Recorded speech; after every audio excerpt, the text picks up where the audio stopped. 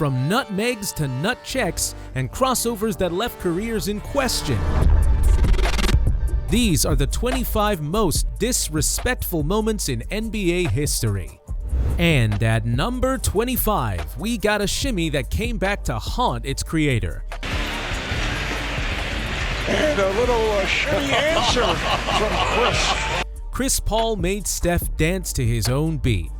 Steph Curry made a name for himself by embarrassing defenders with his shimmy. But when CP3 crossed him up and made him slip, he hit Steph with the shimmy right back. Cold, calculated, and oh so petty. But number 24? That was just mean. No. Get it done. And on the spin and the reverse. Zion had already sealed the win over the Suns. But instead of dribbling it out, he cocked back and unleashed a windmill dunk that sparked a fight. It wasn't about the bucket, it was about making sure Phoenix remembered the pain. And speaking of pain, number 23 ruined more than just a friendship. Tony Parker and Brent Barry were teammates, best friends, and even their wives hung out. Until Parker started sending flirty texts to Barry's wife. That little scandal cost Barry his marriage and ended their friendship forever. But number 22? That man, Gabe Vincent, didn't deserve that. Ant off the feed! Anthony Edwards took off for a monster dunk that came down on Gabe with everything. Arms, legs, and well, let's just say Vincent caught the full body package. Now, number 21, LeBron was just being petty. Curry blocked by James! It was the 2016 finals. Steph Curry goes up for a layup and LeBron pins it against the backboard like he was erasing a mistake. Then he stared him down. You done messed up, kid. That block sent a message. But what Ja Morant tried to do in number 20 was straight up evil. Didn't run your play. Whoa! Morant tried to hammer one. He saw Kevin Love under the rim and tried to end his life with the most disrespectful dunk attempt ever. He missed, but even the attempt had fans ready to check on Love's family. And number 19 might be the wildest threat ever made on live TV. TV's like if I get a disease and I'm gonna die, how about I get Skip Bayless in here and I kill him live on national television? Charles Barkley told the world that if he was ever dying, he'd want Skip Bayless brought to him just so he could kill him on national television. 15 years later, Skip's still wondering what he did to deserve it. At number 18, Kyrie Irving left Brandon Knight questioning his existence. Kyrie going to work on Brandon Knight. During the rookie versus sophomore game, Kyrie crossed Knight into another dimension. The crowd went nuts. Knight hit the floor and Kyrie calmly knocked down the shot. Disrespect at its smoothest. But Kevin Durant in number 17? Fournier on Durant, gonna like this matchup if you're Brooklyn. Raises up over him and knocks it home. It's nothing but net. That was petty perfection. KD drilled a jump right in Evan Fournier's face, then pinched his fingers together like he was holding a grain of rice. You're too tiny. Just brutal. And number 16 was personal. Blake for three, and it's Blake a little up and under, hook, and he hits it. Blake takes it the other way for a score. After being traded from LA to Detroit, Blake Griffin came back to face his old team. Clippers owner Steve Ballmer reached out for a handshake. Blake looked at him and walked straight past, then dropped 44 points like it was nothing. But hey, number 15 took it off the court. Jimmy Butler and TJ Warren got into it during a game, but Jimmy wasn't done. After Warren got ejected, Jimmy called him trash, said he wasn't in his league, and told the world, "Don't ever put him on me again." Still, that wasn't as icy as number 14. Let's hope that nothing off the wall occurs here in the final. Trae Young walked into Madison Square Garden and got hit with "Fuck Trae Young" chants before the game even started. So he dropped 32, hit the game winner, and shushed the entire arena. Then came back later and took a bow to send the Knicks home. Ice cold. But in number 13, Shaq reminded Chris Dudley who the alpha was. Against Dudley. Shaq dunked on Dudley so hard, he shoved him to the floor afterward. Like, don't even get up. Dudley lost it and threw the ball at him, but the damage was already done. Now number 12? Luka made a grown man look like a meme. For Dallas. Good fake. Crowder trying to get a pass off. It's Ayton. Down goes in the midsection here. Booker mocked Luka with the Luka special flop. Luka responded by obliterating the Suns in Game 7, smiling the entire way. When the dust settled, Booker had nothing left but that look of defeat, and Luka had the meme of the year. Number 11 is about revenge MJ style. Mike, come on, man. They can't be for real. You haven't got me yet. Huh? Mike, Don't even try it. You want me to go call Scotty? You have to call Scotty. Boy.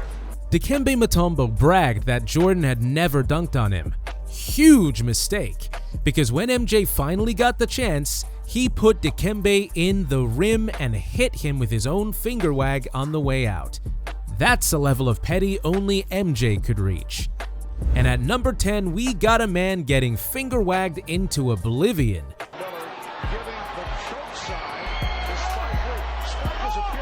Reggie Miller was already giving the Knicks problems in the '94 playoffs, but when he lit up the Garden in Game 5 with 25 fourth-quarter points, he wasn't just cooking, he was feeding off Spike Lee.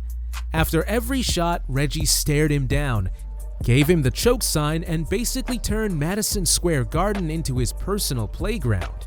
But number 9? That wasn't just disrespect, that was franchise destruction. Damian Lillard hit one of the coldest buzzer beaters of all time, knocking out the Thunder with a step back from the parking lot. Then he waved goodbye like it was a casual Tuesday. That shot didn't just end a game, it ended an era. Russ left OKC. Paul George got traded, the Thunder never recovered. And number 8? That moment broke a man, a franchise, and Twitter. He's way too good.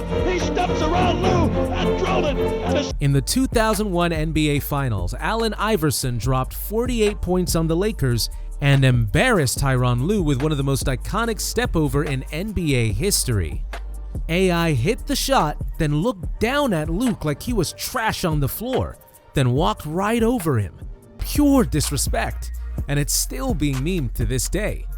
Now, number 7 might be the most off-court drama the league has ever seen. Kevin Durant and Russell Westbrook built something special in OKC till KD dipped for the Warriors after blowing a 3-1 lead. But what made it worse? He didn't even tell Russ. The man found out on Twitter. Their first game back, Westbrook wore a cupcake shirt and the arena was pure chaos. Friendship ruined. Legacy changed forever. At number 6, Steph Curry buried the hate and the Celtics all at once. With 1:30 remaining, Steph Curry gets open, wide open. The side out of bounds, Al Horford fly by. They said he was washed, said he couldn't win without KD. So in the 2020 finals, Steph took it personally. He torched Boston, hit deep threes in defenders' faces, and hit them with the night-night celebration again and again. He wasn't just winning, he was tucking them in. But number 5 was straight up nasty. Paul George saw Kelly Oubre on him and turned it into a personal mixtape. He crossed him once, twice, had him spinning, then pulled up for the bucket. It wasn't about the points, it was about turning Kelly into a human headlight. Even the ref looked like he felt bad. And number 4, that beef almost turned into a brawl off the court. Picks him up on the switch. Anthony now guarding Garnett. Kevin Garnett and Carmelo Anthony got into a mid-game jawing back and forth. But KG crossed the line when he allegedly said something about Melo's ex-wife, Lala. Melo didn't let it slide. He He pulled up to the Celtics team bus after the game to confront him. It got so real that even the NBA had to step in. But number 3 was a billion-dollar betrayal. Every bit as much as he's looking to pass it. Blake for 3, and it's through. That has to. Blake Griffin gave everything to the Clippers. He was the face of the franchise, the Hollywood star, the guy who dunked over Kayas and dated Kardashians. Then the Clippers traded him to Detroit. So when he came back to LA, he didn't just ignore owner Steve Ballmer, he humiliated the team with a 44-point revenge game. No handshake, no mercy. At number 2, LeBron made a joke that cost him a championship. Oh, did y'all hear me cough? Think I'm sick. During the 2011 finals, Dirk Nowitzki got sick. Instead of showing respect, LeBron and D-Wade mocked him with fake coughs on the way into the arena. Dirk saw it and got pissed and proceeded to annihilate the Heat, winning the finals and finals MVP. That wasn't just a mistake, that was a masterclass in karma. And finally, at number 1, we got the most iconic beef in NBA history. I knew the fire that I lit. I knew what I said, and he knew what he said. You knew what you said. And you said, okay, this is it. Shaq versus Kobe.